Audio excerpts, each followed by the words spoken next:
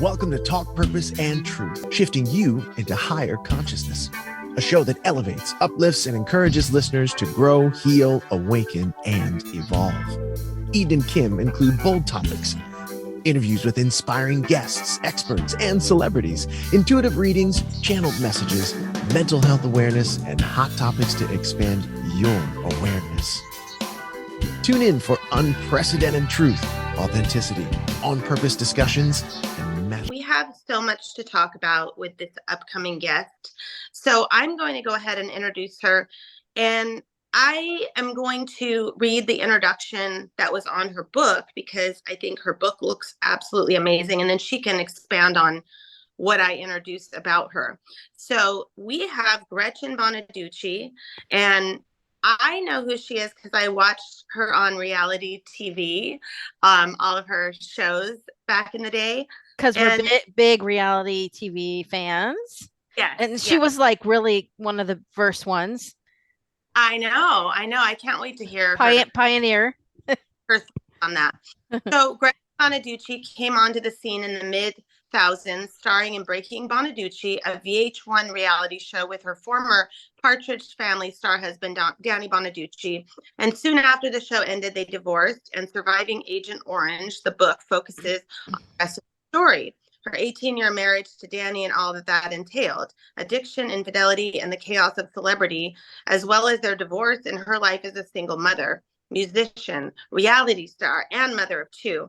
Her story takes a fun and funny look at a life in and around the spotlight, and that book we'll talk about in a little bit, but it's available on Amazon and I'm sure on other sites as well. But welcome, Gretchen, and tell us more about your life and what led you to being part of the reality TV world and how you met Danny.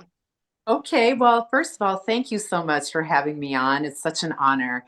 I, am just overwhelmed that anyone cares about anything that I'm doing. So Thank you for that.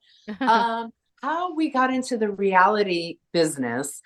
It was around the time that the Osbournes came out, and it was such a smash hit that every single network was looking for another Osbourne family. So then Jessica Simpson and Nick Lachey, another hit. So we were like the third wave that came in. It was me and Danny and also Adrian Curry and Chris Knight. We were back to back on VH1. And the show ended up not being at all the pilot that we had shot. We shot it as a show called Rock and Roll Dinner Party. And that was the pilot that we shot. We had rock stars over. They all had to bring their favorite meal. They filmed that and they go, well, we really don't like that concept, but we love you too. So we want to go forward with the show, but we don't want to do that show. And then Danny just kind of went insane and they're like, just drop everything and just follow them. And so that's how it ended up being, what it turned into. And it probably was the most real show that was on TV, because I was not interested in doing a show that, he would go, well, remember when you said that and I said that, and then, well, let's just recreate that. Like, I was not interested in that kind of show. I really wanted to show what it was like to live in Hollywood and to be married to someone with addiction issues and, alcohol issues and infidelity. And, because everyone thinks that Hollywood is so amazing, and it is in a lot of ways, but it comes with a lot of baggage, like things like that. And so, that's kind of how the show unfolded. They just sort of followed us, and I'm really proud of it. People always go, oh, do you think being on TV ruined your marriage? Because if you look at it, almost all the reality shows about married people, they're all divorced now. But, I said in my case, that was my life either way, whether you were filming it or not. So it didn't really matter. I think we were going that direction. I'm just sad we didn't do a third season because I would have liked to have the money on that. Oh, wow. Okay. Well, you just answered one of my questions. I was going to ask how many seasons. So it was 2 seasons. 2. Yeah. And then they wanted us to do a third, and we declined because we both said, if we do a third season, we're going to get a divorce for sure. And so we gave them another idea, which we produced on, and that was called I Know My Kid's the Next Child Star. So instead of doing our show, we gave them that show and thought that would solve the problem, but it didn't. Oh, yeah. Wow. It seems like it just kind of like made it all come out in front of you, so you could look at it. Yeah. Well, I And will say this, that definitely we had more arguments than we might not have had because, there was a camera crew there. So things I would have let slide, I felt like, I have all these witnesses. I'm not going to let this go. So, yeah. So yeah. we probably fought a lot more than we maybe would have. Yeah, it just highlighted those things more. Yeah. Yeah. Yeah. When you've got a camera crew there and you're not happy Mhm. about something, you're much braver to, contradict it than maybe let it slide like you might have done otherwise. Oh, with the cameras on. Yeah, I totally think so. I mean, I was definitely not going to let a lot of things go that I might have had, there not been people there and I felt okay to challenge it. Does that make sense? Yeah, maybe it felt like empowering to have the cameras rolling, like It gave totally you, was. yeah, it gave you the Yeah. power to Yeah. speak up. And I'll bet you in most cases that is the case, that a lot of times it does empower you and just makes you challenge things that you might not have. Okay. Yeah. And it also sounds like from what you're saying, it was real. Like not Oh, so yeah. not very scripted or produced. No, no, Okay. not scripted at all. Mhm. What I would try to do, we filmed 4 days on, 3 days off. So I would try to do whatever I was doing on those 4 days because, then I had something for them to film if I was having lunch with my friend or rehearsing with my band. But, there was no scripting of it. It's just that when you're shooting a show, there's things that you want to shoot in people's lives. So I just tried to do it on days that we were shooting. Okay. And I just feel I'm so fascinated by this. It feels like now, like with Housewives, it is more at least produced where they kind of set up those lunches and they set up those events. Oh yeah, no, it's Okay. so scripted now. Yeah. Totally Okay. scripted. I do think there's a lot of, well, let's recreate that fight we had last week on camera. I mean, you can just tell when you watch it a lot of times. You're like, that did not happen. That is not, real. Wow. And some of it is, of course, but yeah, I think they set you up to help cause controversy, Yeah. like alcohol and telling this person that this person said this, you know what I mean? So, and we didn't really have to have that because, our marriage was in such a mess that there wasn't anything they needed to do to prompt us. Right. Okay. Oh, it's so interesting. Mm-hmm. So you were your life outside of that, you divorced soon after the show ended? Yeah, we got divorced in 2008, I think. I Okay. don't even know, honestly, Yeah. like somewhere in there. Uh, but yeah, it took us 2 years to get the divorce through. And yeah, I just took care of the kids. I mean, I was doing that anyway. He was working so much. I mean, that's the one thing I could never criticize Danny about. He is such a hard worker and he was always a really good provider. But then that left me to kind of do all the other things, like Yeah. taking care of the kids and handling all the business stuff and I didn't mind doing that but yeah so once the show was over that was kind of my life only was taking care of the kids and being a single mother and as anyone knows that is not easy getting kids to and from school and fighting over homework and getting them to this event or that event and then in the meantime still trying to push my producer credits I was still trying to get shows on after that just well I guess my own too but not a lot like I was trying to help other people Hmm. because once you have a show on TV you have a lot of credit to make calls and people will see you, which was really nice for me that I could try to help sell shows to people who I thought had good ideas. And how did that turn out? Did you sell shows? I had a lot of them optioned, but I don't think I ever got one to series. I did win another show. So I had another show after Danny and I were married, and that was called Give Me My Reality Show. And that was a show where they had like D-listers like myself vying to win a TV show. So it was me, Kato Kalin, a bunch of people from that era, people from American Idol, someone from Baywatch. I never thought in a million years that I had a chance to win at all, because I didn't have a fan base like that. I didn't have an American Idol fan base or a Baywatch. So I just proceeded to make, an ass out of myself every day, just having fun. It was just really, really fun. And then America voted and somehow I won. Wow. Which you should have seen my face. They Like, must have really, seen, they liked you. I couldn't believe it. I never in a million years thought I could win that show. So, but I did. And then you won your own show. So then, the first 4 episodes were people trying to win the show. The last 4 episodes were the person that won got the 4 episodes and it was their show. So again, I just shot my life. Everybody had different ideas. Cato's show was 15 minutes more. And that was about people, who got famous doing something and were extending it. Susan Olsen, who I love, is one of my close friends. She did a cat rescue show. So everyone just kind of did what they were interested in doing. And so being a single mother, I thought that would be really relatable, to a lot of people. So that's kind of what I shot, going on dates. And I'd started my 80s band. So, we would film that. And so I somehow won. It was amazing. Wow. That's life-changing. Yeah, it was, and it validated me, because there were people that just thought that I couldn't be in a show, that I wasn't really good enough to be on a show, and Danny was the show. And so it was really validating for me that I won. It was like, ha ha, ha ha. Yeah. I remember when I would watch you on Breaking Bonaduce, I looked at you like, wow, she's really strong.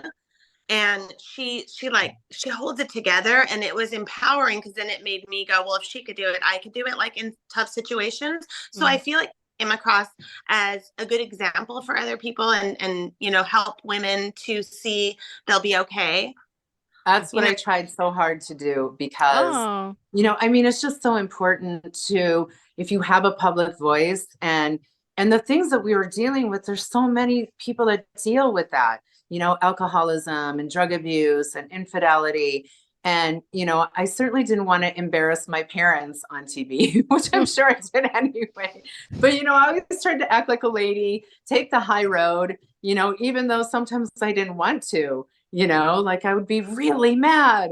But I just, tried to keep it together and come off as a good person. And sometimes it's weird, because people will get on a show and they'll go, well, they cut me to look bad. And I kind of feel like, well, did you say that? Did you do that? Well, they didn't cut you to look bad. You did do those things.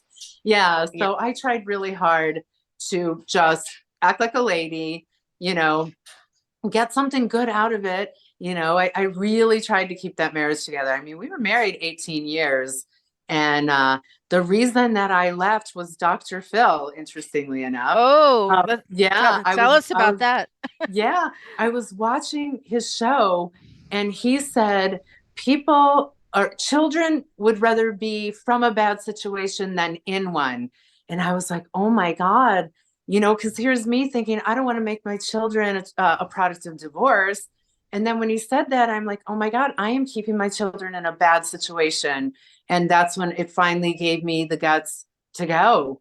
I just felt like I didn't want to fail, I didn't want to fail in my marriage. I wanted my children to have 2 parents, even though I was basically doing everything anyway, because he was so busy. He was on The Other Half, and we had the TV show, and he had his radio shows. And